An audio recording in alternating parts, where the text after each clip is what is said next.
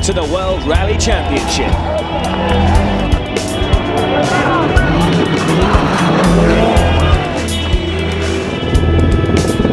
We're back in Portugal after a 5-year absence. It's an event where the action is impressive and the fans turn out in their thousands. Plus, it was voted the best rally of the season on 6 occasions. But after 2001, the rally lost its slot in the calendar. And after 2 years as a candidate event, Portugal returns, but this time there's a difference. The rally has moved south to the holiday region of the Algarve, making it a new event for almost all the drivers. I think this is some of the most difficult stages I've ever done in my whole life. It's so unseen over crest, and I think the second day of the rally is going to be very, very tricky. It's not that fast, but you are just going over the crests all the time, and it's very flowing but turning. They are mixed of everything a little bit, mixed of Mexico, Sardinia, maybe sometimes Greece a little bit. It's a lot of corner behind some crest, some long corner tightening. To be very fast there you have to take some chances. Marcus Gronholm still leads the championship by 4 points after his second place in Mexico. He has bittersweet memories of Portugal and had crashed on his first 4 outings here.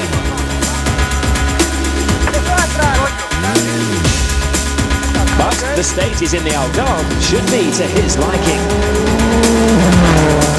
I am quite confident that it will be a good rally, but not easy. I mean, it will be fight. But he'll be keeping a close eye on his rival, Sebastian Loeb. The Frenchman notched up his 30th WRC win in Mexico, which in turn helped him move into second in the championship. But Loeb struggled with his notes on the last new rally in Norway, so he'll be looking for a steady start here. In Norway I had a lot of corners that I ride too fast, so here I tried not to do it, so we'll see. Mika Hirvonen was someone who didn't struggle with his new notes in Norway, leading from start to finish. He has the added advantage, having driven some of these stages in 2005, so he'll be one of the favourites. For sure I'll try to win here as well, but we have to see on Friday. Then I'll go flat out and then see what's the situation after the first leg, and then we'll see what's the kind of a tactic for Saturday and Sunday. Don't rule out Subaru's Peter Solberg. He led in Mexico in his remodeled Impreza. Would have proved a rival to Loeb had a free rock not hold the oil cooler. He knows he has the speed. Now he just needs some luck. The car is even better now, so let's hope we can drive even quicker. So, after 4 events, there's just 4 points separating Gronholm and Loeb. Mika Hirvonen's third place in Mexico extended his lead over Danny Sordo to 13 points. Peter Solberg's failure to finish in Mexico means he's 7th and still behind his teammate Chris Atkinson. The rally takes place to the north of Faro. The event starts and finishes with a super special in the Algarve Stadium. Each day is made up of 2 loops of stages, with day 2 being the longest. In all, the drivers will tackle 18 tests, which equates to 357 competitive kilometres. Coming up, the rally world is going green. We look at the OMB team's carbon neutral project. The fans turn out in force for this rally, but this year the organisers are ready for them. Sebastian Loeb is the most successful driver ever. We try to find out what makes him so special. This is the Estadio Algarve, built for football's 2004 European Championships, and now the venue for a dramatic super special stage. 20,000 rally fans, and the stage is set for the rally spectacular. Portugal's return to the WRC starts with memories of past heroes.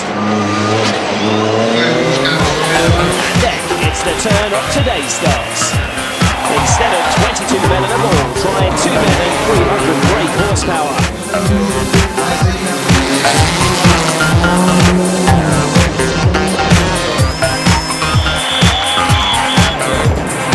Oh, but there's an early mistake by Strebar VK4's Jari Latty-Lambola.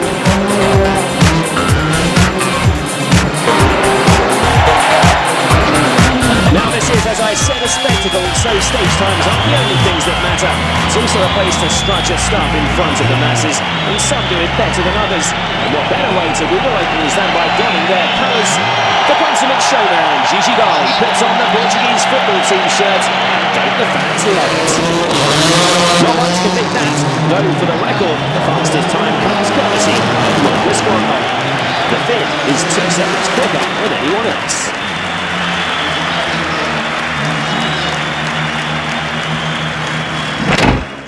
So this is how the top 6 looks as we go into the first real stage of the rally. A return to the Portuguese hills for Marcus Grönholm, the championship leader and early rally leader.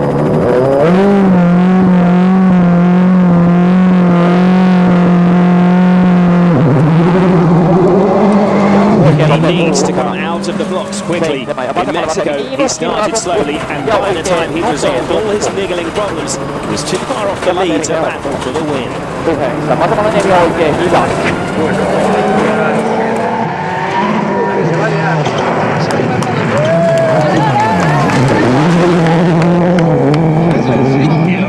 And this, of course, is the man Grönholm and everyone else wants to beat.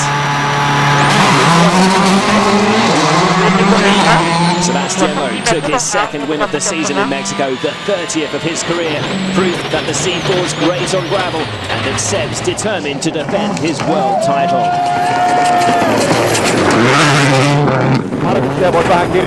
Hirvonen shot into the spotlight recently. Promising podiums at the end of last year, leading to that win in Australia and this season's victory in Norway, the first new rally of the season. This, of course, is the second new event, and he's definitely in the running. Lyhytvasen K sisältä ja nyt täys 7. Pitkä nyppy oikea laita jarru, vasen servo, takaviisto 7. We're back with Grönholm now. He's keen to extend that tiny 2.3 second lead carried over from the Super Special last night. 120. Toi kulma on saanut niin paljon iskuja nyt, että... But you can hear from his voice, there's something he's not happy about.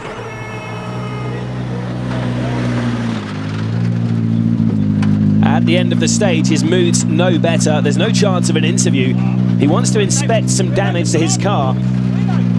He must have had a run-in with something. The Ford's looking a little battered after the opening 20 kilometres of the day. And a damaged tyre. The anti-puncture mousse system has been activated, so he's hit something in there. Peter Solberg in the modified Impreza will be wanting to build on his performance in Mexico. The team have carried on working on the car since the trip to North America, and their target here is for both Peter and his teammate Chris Atkinson to finish in the top 5.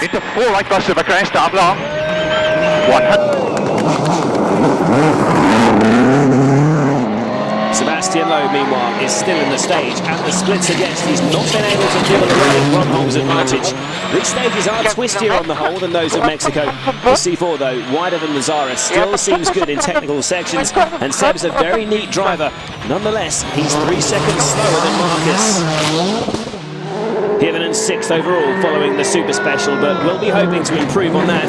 He does have that advantage of having driven here in 2005. That was an equipment car rather than a WRC car, so he won't have been at the same high speeds. That's his teammate Grönholm's time. So what can Mikko do? Yes, he's 2 seconds faster than his teammate, now 2.9 seconds behind him overall, and he moves up the leaderboard. So perhaps his drive in 2005 has helped him. You're 2 seconds quicker than Marcus. It's obviously helped a little bit. Yeah, but it's I remember the road, but I don't know how fast I can go with World Rally car, so it doesn't help so much. But you know, the stages are really enjoyable anyway, so it's a good start. Danny Sordo's on stage now. He's been here for the last 2 years. So perhaps, like Mikko, he'll benefit. The team already have. The onboard information that he and Mark Marty supplied has assisted Citroen's preparation for the event. But despite last year, he still can't match Mikko's pace. Drops 3 places on the table. Rejoining Peter now, he's coming to the end of the stage. He and Loeb set exactly the same time in the Super Special last night, and with Loeb dropping time to Hirvonen and Grönholm in this stage, Solberg has a good chance to climb ahead of the world champion. So there's low stage time, and there won't be a great deal in it. Approaching the red boards now. Long of a crest, 18. The Norwegian's faster, a second quicker than Seb, and he climbs above the Frenchman, taking third place overall. A lot of movements on the leaderboard. Gronholm still top, and now his teammate Hirvonen second, with Solberg in that final podium place. Loeb's just a second behind, closely followed by the other Citroen, Danny Sordo. It's a 4-1-2 at the moment, but that man Loeb is just 6 seconds behind the early leader Gronholm. When you think of motorsports, you're unlikely to consider it as being environmentally friendly. Let's face it, they don't call rally fans petrol heads for nothing. But if you think the sports are responsible, think again. This team, O&B Kronos Citroen, are part of a green vanguard in the WRC. We neutralized our rally team, therefore we are the first carbon neutral World Rally team in the FIA World Rally Championship. They already developed a rally car that runs on natural gas. The Mitsubishi competes in the Austrian National Championship. Their latest green policy is to offset their carbon emissions by first calculating the team's carbon footprint. Their premises account for 1.8 tonnes of emissions. Then there's fuel, the rally cars, HGVs and recce cars. Another 77 come from deliveries. Hotel nights cost a surprising 99. But here's the biggie. Air travel responsible for 1,336 tonnes of CO2 emissions. With the help of the carbon neutral company, the 1,776 tonnes of carbon emissions are translated to €31,000 worth of support for renewable energy schemes around the world. Acting responsibly for a rally team is great because it sends a great signal to the sport and perhaps to other sports that they've got to realise the impact of having these events is creating a massive amount of emissions and they can do something about it. But isn't it a bit far-fetched to hope the whole WRC could go green? Not according to Bridget Mulvich. I guess it's not an expensive process. It's absolutely possible for the whole World Rally Championship because the costs are about Euro 31,000, and we offset 2 cars for 16 runs during the World Rally Championship, including the flights, including hotel nights, including everything. So it could be easy that the whole World Rally Championship is carbon neutral. Let's get back to the action now, and after 2 stages, Marcus Gronholm leads from teammate Nico Hirvonen with Petter Solberg third. And Ford's big in despite that damage we saw to his focus at the end of stage 2, takes his second stage win on 3. Marcus's rally lead extended to just under 10 seconds, an advantage of just 4 points in the driver's standings. He'll be desperate to stay ahead.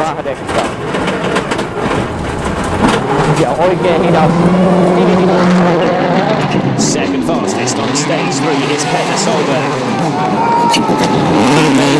Set-up changes these threats up before the start of the stage. It seems to have helped. He climbs over Hirvonen to take second overall.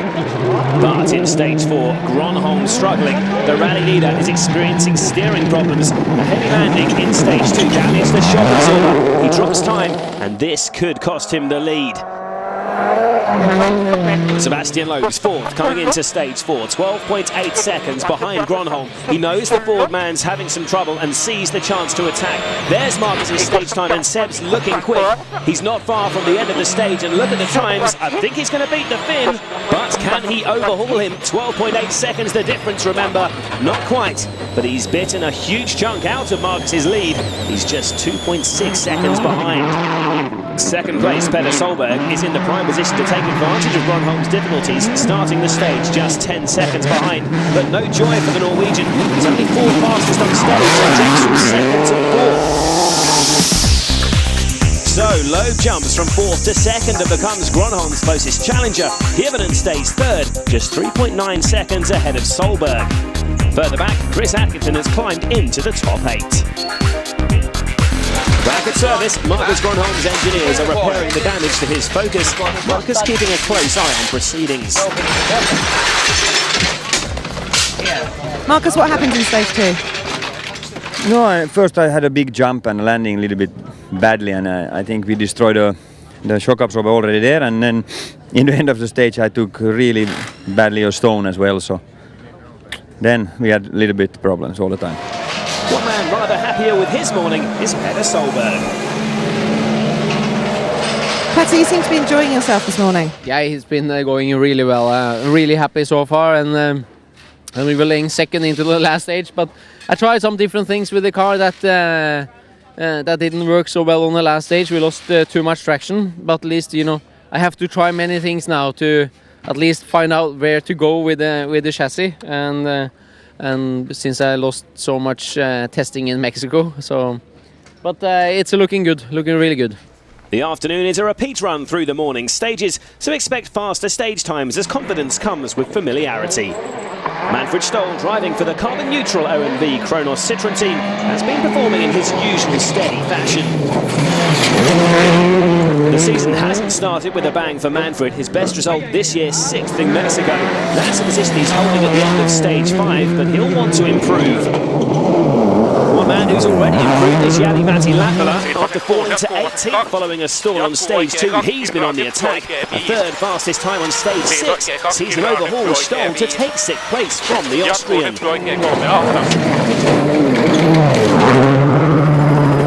With his car repaired, Marcus Grönholm's also in the mood to put in some barnstorming performances.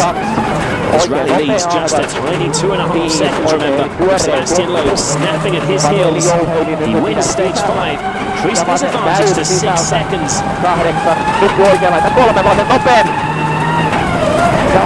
on the next stage, it's a different story.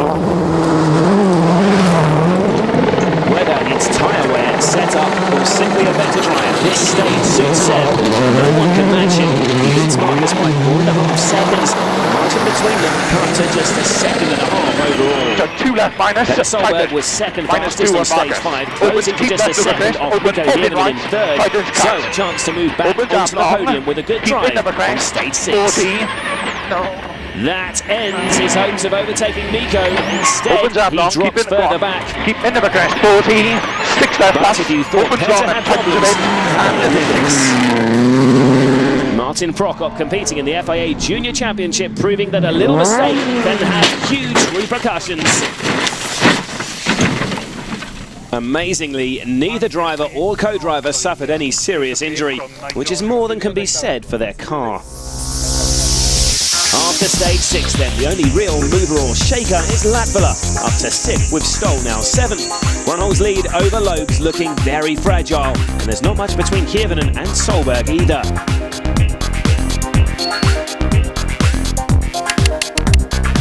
And we'll concentrate on those battles in stage 7, 16 kilometres of tricky Portuguese gravel. Petter comes into the stage just 4.5 seconds behind third place Nico Hirvonen, and he's trying every sector to outperform his rival. This car does seem to be an improvement on last year's version, but instead of overhauling the Finn, he drops another 3 seconds to his rival. So one Ford man stays ahead, but what about the other?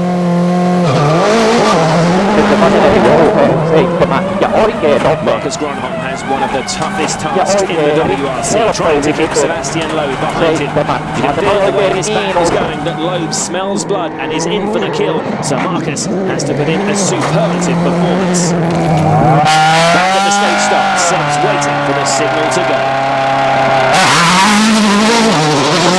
He says that already he nearly feels more comfortable with the C4 than with the Zara. And remember, he won 28 rallies with that car, and 2 now with the C4. He says it's good in fast sections and doesn't understeer when the going gets technical. He's certainly pushing here.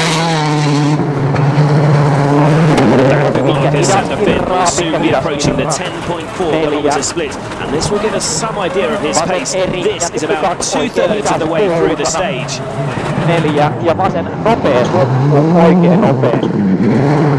There's the split time, 7 minutes and 10.3 seconds. And we'll ride with Seb now through that section and see what his time is through the split. The first run through this test gave Seb his first stage win in Portugal. He was 10 seconds faster than Marcus, remember. Right, he's coming to that split now. Looking nice and smooth. 7 minutes, 6.1, that's 4.2 seconds faster, and that's enough to take the lead at this point. Remember, he's just a second and a half behind overall, so Marcus would have to put in a serious push over the final 6 kilometres if he's to have any hope. It may be too late for him, there's not far to go now. The pressure's really on the foreman, this is his favoured surface, and to win the championship he needs to better the Frenchman's results on gravel, and Seb's already beaten him in Mexico. That's not a bad stage time though from Marcus. Well, Seb had that advantage at the split. It's possible, of course, that he's dropped time in the later part of the stage, so let's see what he can do.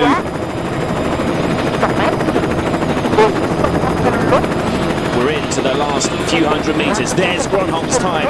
Seb's really pulled out all the stops there. It's been an impressive performance from the Frenchman.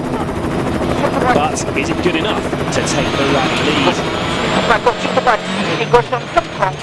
Yes, he's done it. 4.6 seconds faster. Seb takes the lead. He's now 3.1 seconds ahead of the Finn. Sebastian, you finished at 4.6 in front, so that means you're in the lead now. Yeah, we take the lead now, but fight is really close with Marcus, and also Peter Hirvonen is not far, so it's an interesting rally for the moment. It's far to be finished. I think we will have to continue to fight like this tomorrow and probably on Sunday. Using virtual spectator technology, we can see Loeb crossing the line, beating Gronholm. And if the top 4 had started the stage at the same time, look how incredibly far behind the unstoppable Loeb they would be. There's Hirvonen's Ford, and even further back, the blue Subaru from Petter Solberg. So, day 1 ends with Sebastian Loeb at the top of the leaderboard. Gronholm is demoted to second. His teammate Hirvonen's a further 22 seconds back, and Mikko's still under threat from Solberg. Sordo, Latvala, Stoll and Atkinson make up the top 8.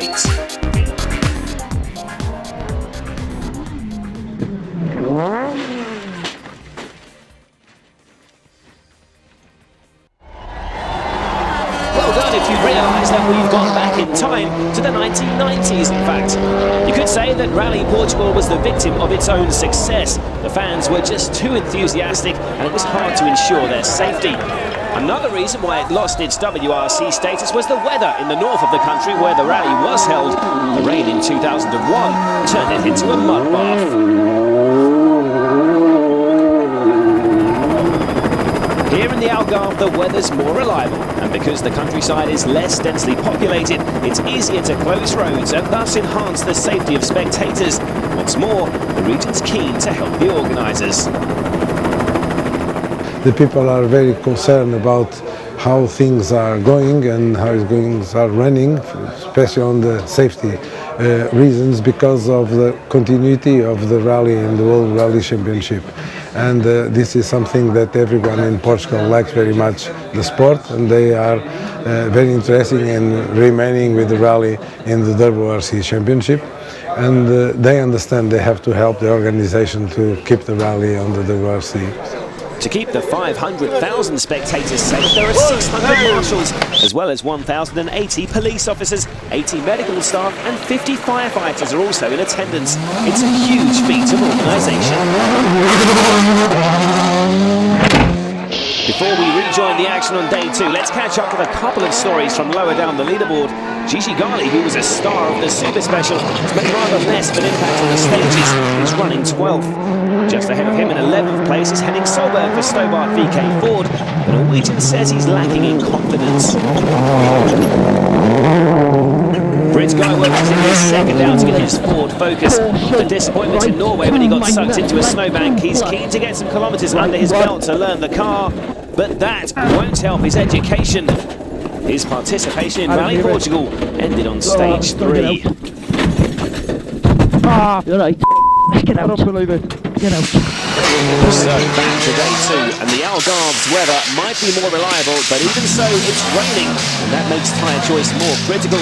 What's the right compromise between pace, durability and grip? Only time will tell. Out on stage 8, Jari Matti-Latvala, who ended day 1 with 2 third-place stage times, is an impressive 6th place overall. This young driver, but he does have the tendency to make the odd mistake. And that's just what happens here. He's the first to misjudge the grip levels in these tricky wet conditions, but at least he survives.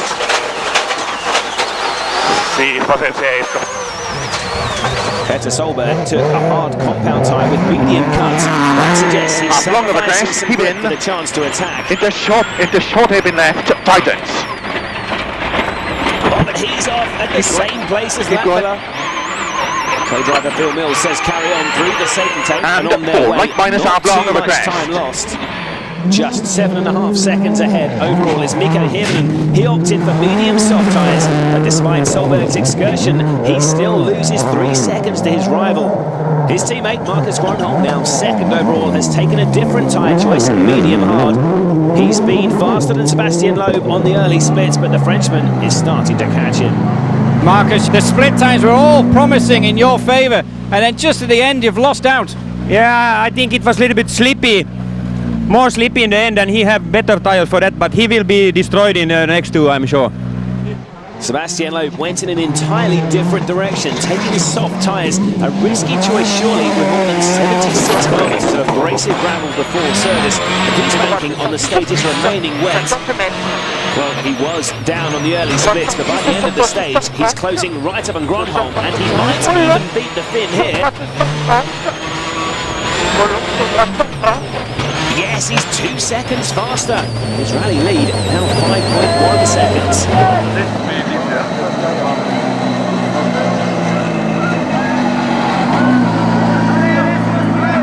I had to push hard. The conditions are really slippery. We have some softer tires, so I think it's in this one. For me, I think it was a good choice. So we'll see in the next stages. If it's drying, it's not good for me. Well, Gronholm was wrong about his harder tyres coming good on the next stage. He dropped another 5.8 seconds to Loeb on stage 9. Still pretty tight at the top though, and there's that battle for 3rd. But further down the table, there are already big margins between the drivers. On to stage 10, Almodovar, and Citroën team boss Guy Frekkeland is heading out to the hills to watch his drivers. While he takes his chopper ride, let's catch up with Chris Atkinson, who's under pressure now from the chasing Daniel Carlson, less than half a second behind overall. The Australian hasn't felt at all comfortable here, complaining yesterday that the car's balance wasn't right. 9 right on Christine, then 9 left, minus 60, brake short right, 30. Well, you heard the driver shout. He knew this was coming. I think he missed a pace note there.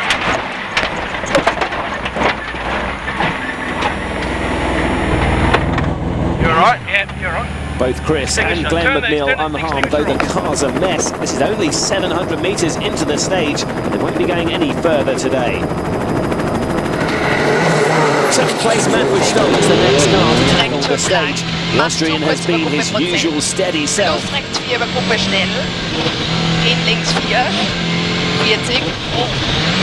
Oh, but this will change all that. Exactly the same spot where Atkinson went off. But Manfred is able to continue, though he tumbles down to 11th place. Meanwhile, Guy Frekkeland's found a good place to view the action. It's important to see the handling of the car, the comportment, and to compare our car to the other cars, and also the driving of the drivers. Marcus Gronholm, remember, hoping to pick up the pace here. The splits do suggest that he's the fastest man on stage so far. He was convinced that these stages would be drier and that Seb's soft tyres would be destroyed. But what does Guy think? So Guy, describe for me Marcus's style there. Yes, and this dry condition, he stay on the rails, and he's very clear in this driving. We are waiting now for Sebastian with soft tires. Probably that it's more, it's different, it's more slide. Loeb looks pretty good to me, but what does his boss have to say?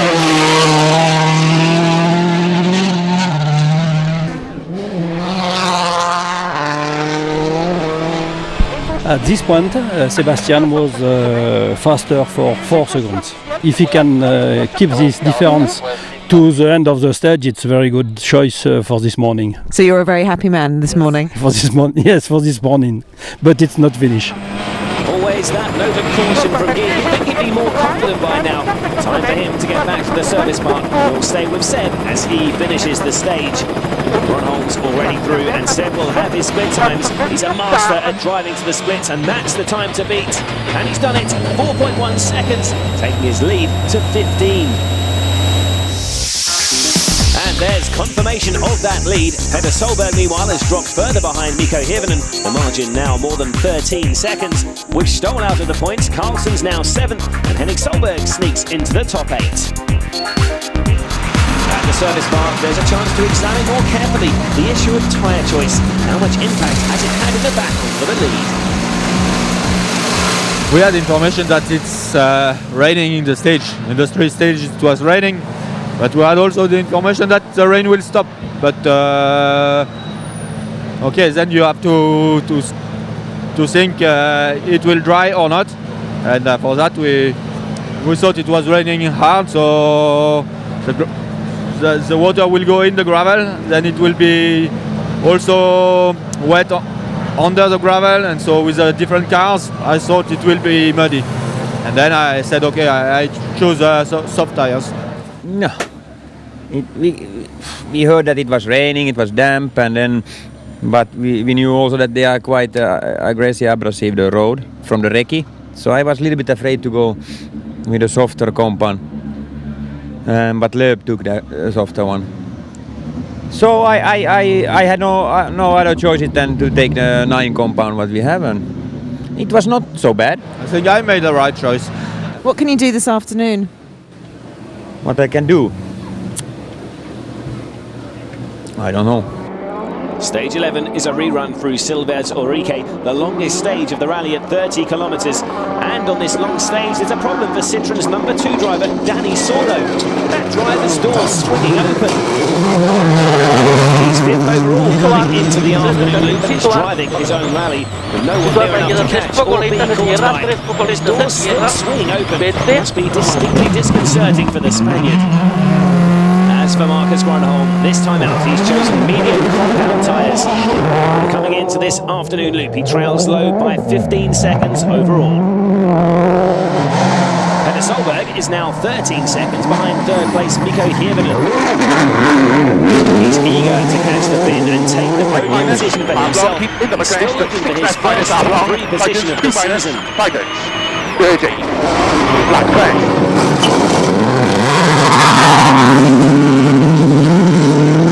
Back at the start, Seb knows he has to keep on the attack to keep the lead.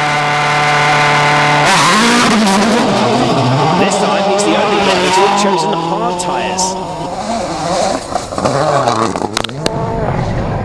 Mikko Hirvonen's fighting to stay ahead of Petter. He's coming into the last section of the stage now.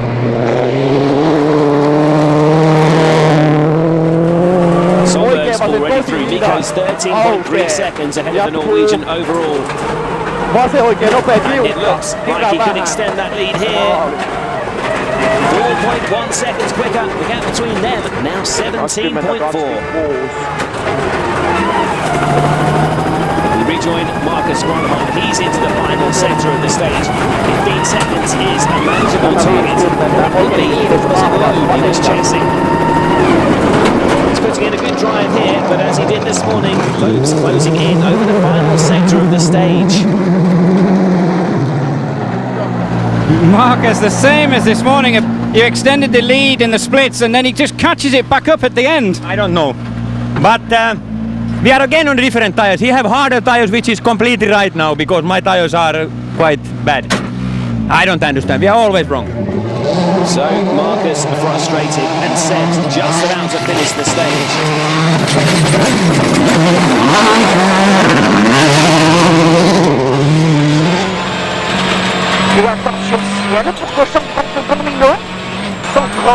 There's Gronholm's time. He's the fastest so far on this long stage, and we're into the last few hundred metres.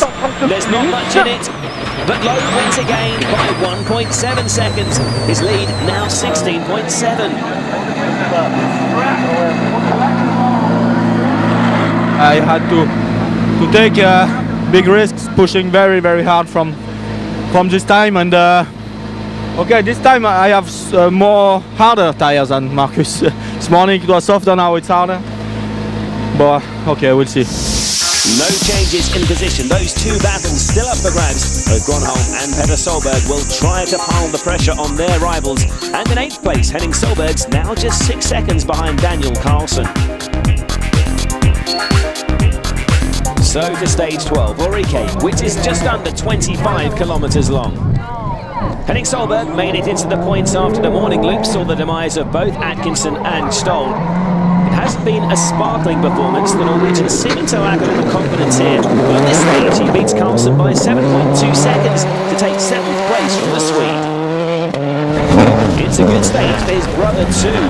Petter is faster than Mikko Hirvonen, albeit only nibbling back a second and a half from the fifth. Huggins, 1 cross of the crest. Petter though, always a pleasure to watch.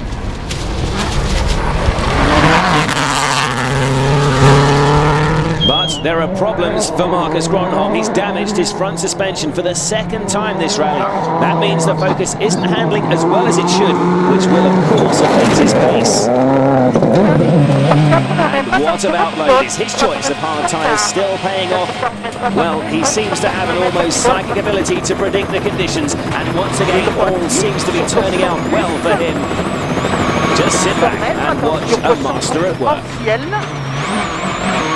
Potentiel 80 mètres, 310 Milo.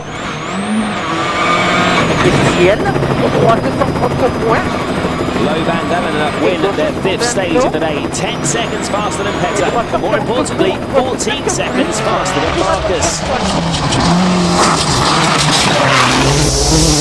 And he makes it a clean sweep, winning stage 13-2. His rally lead now looking impregnable, 40 seconds ahead of Gronholm.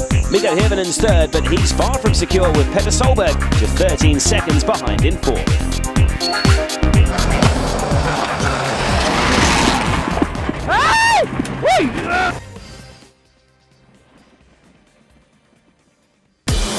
The final day of WRC Portugal, where once again Sebastian Loeb is in the lead.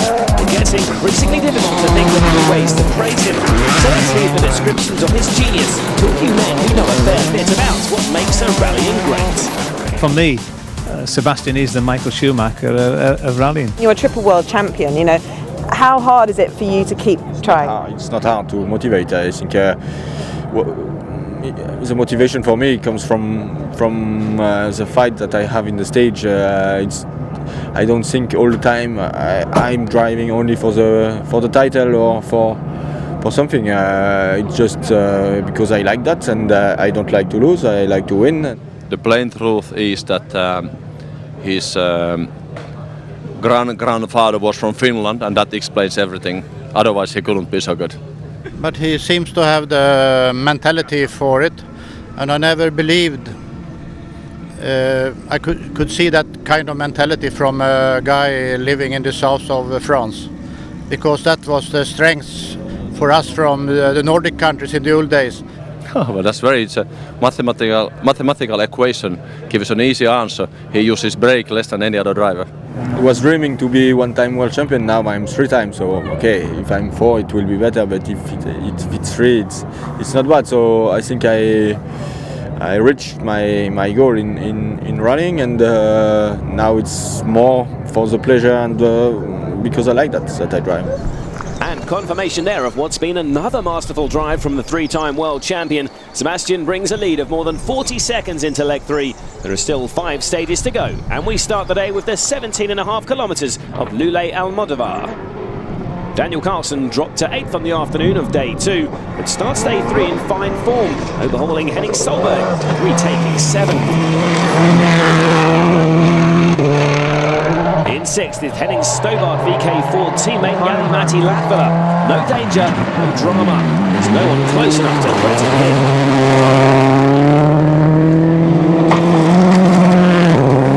But 3rd place Mikko Hirvonen does have someone on his heels. Mikko fighting right there, and he starts the day just 13 seconds ahead of Petter Solberg. So far he's been unable to comprehensively beat the Norwegian though. Petter's out on the stage already.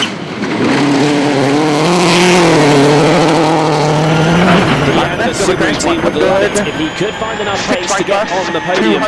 He's kept on snapping away at Hirvonen and just needs a few big stage performances. Back at the start, Sebastian Loeb's waiting to get going.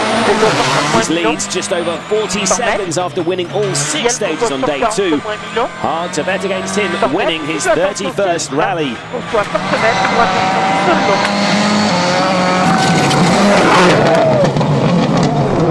Meanwhile, coming towards the end of stage 14, here's Hirvonen. He said he simply couldn't understand how 7 markers were setting such fast times on day 2, but perhaps he's found out their secret because he's blazing through this stage. This is an excellent display, 13.5 seconds faster than his rival, now 26.5 ahead overall. Well, there's no sweat on you, don't look like you've done anything yet. No, I really tried that. I have to say, no sweat, just perfect. I could push quite easily, really hard, and you know, that's a fantastic stage. I really enjoyed it. Less fun for his teammate. Gronholm had something of a scare last night. The stewards found his car was about 5 kilograms underweight. He lost a few bits of bodywork in the course of the afternoon stages. The stewards' inquiry gave him the benefit of the doubt, but it could have easily been disaster for Ford.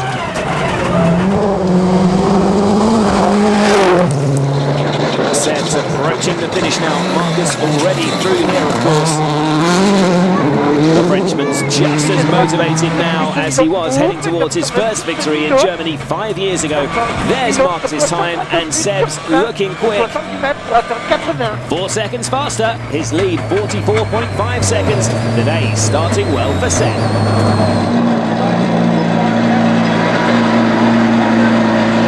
I don't want to lose my 40 seconds, so I was driving like I feel, no risk, and I think Marcus was not pushing so hard, so okay. He said there's no need for him to drive fast because you're so far in front. Good idea. He's another 4 seconds faster in stage 15, so that lead now up to 48.5 seconds. Mikko beat Petter again too, the margin between them now 38 seconds. Those 2 battles appear to be resolved with 3 stages to go.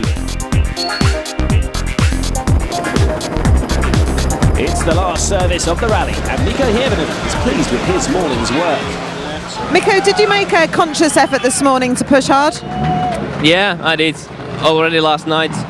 Well, after the recce, though, I really liked those stages and had a look at those from the video. Practiced those a little bit last night, and I decided that okay, the first stage in the morning I'm gonna nail it in there, and it did work well. I didn't have any left from the tires the other guys used. I used everything yesterday, and unfortunately, so it was moving quite a lot. But we will see now. Everything can still happen, and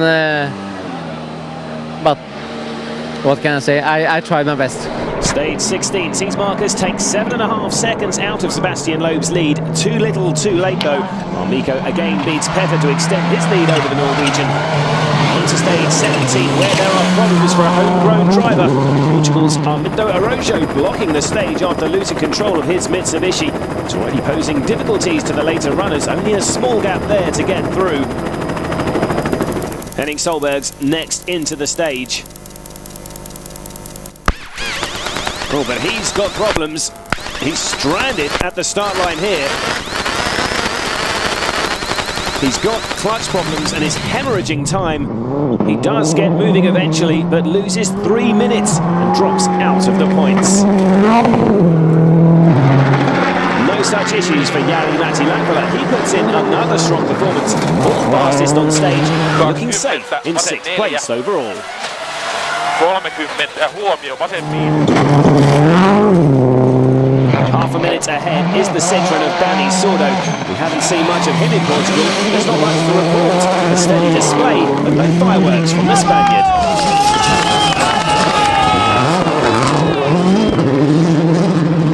In 4th and losing ground to 3rd place, Mikko Hirvonen is Petter Solberg.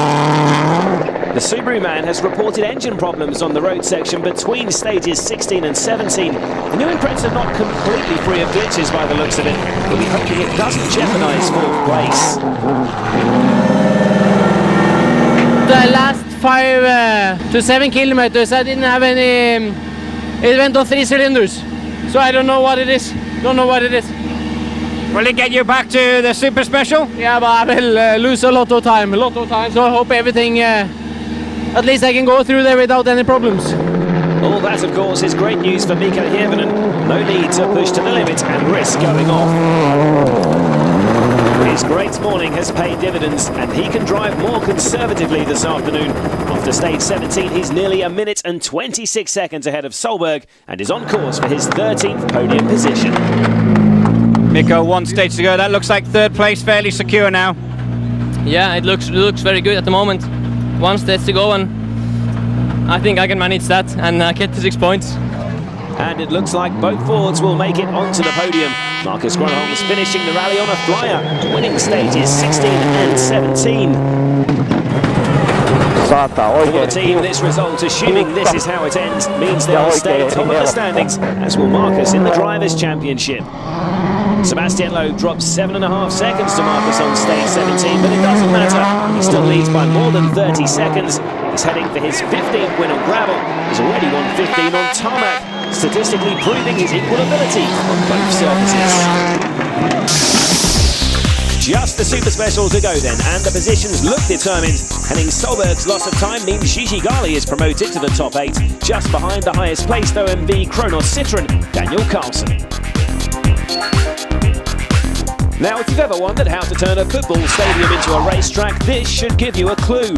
Once the rally organisers had permission from the owners to use it, first they did some creative thinking and then some serious cosmetic surgery, taking up the grass and replacing it with a racetrack. It took 10 days and it'll take another 15 to take up the track and replace the turf.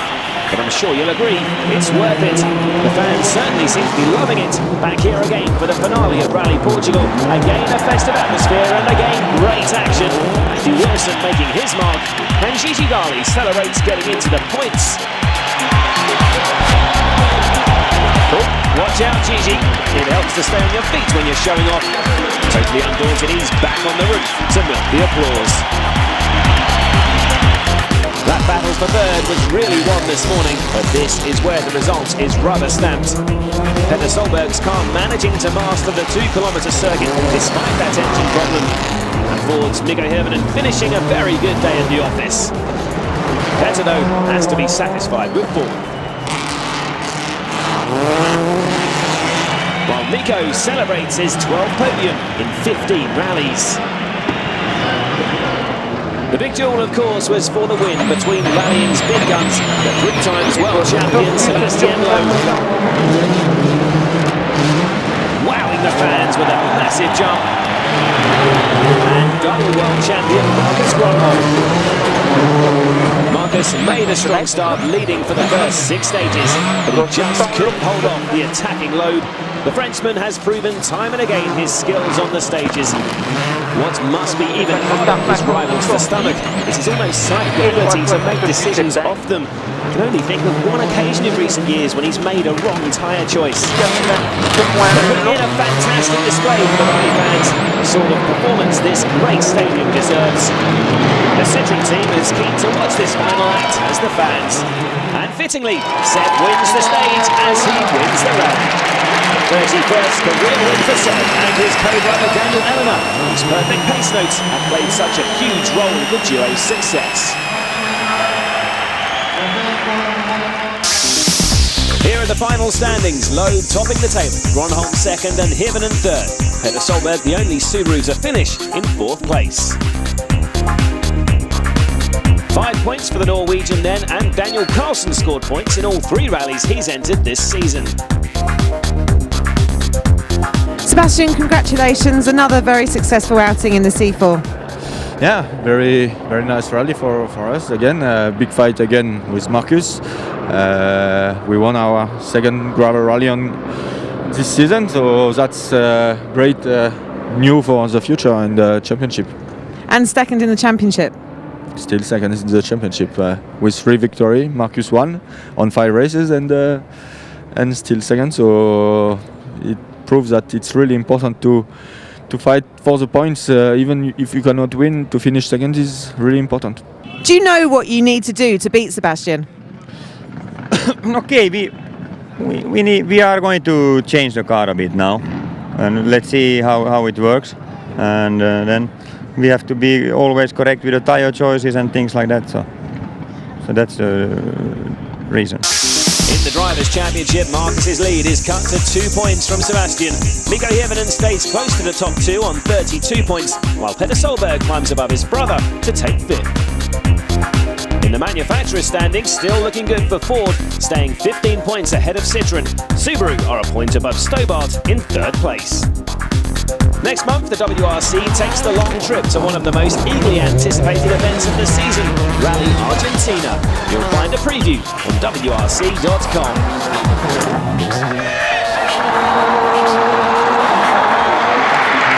So, Portugal's return to the WRC proves to be another happy hunting ground for this generation's greatest rally driver, Sebastian Loeb. We'll leave you with memories of the Algarve. Join us again next month in the Pampas. Hey!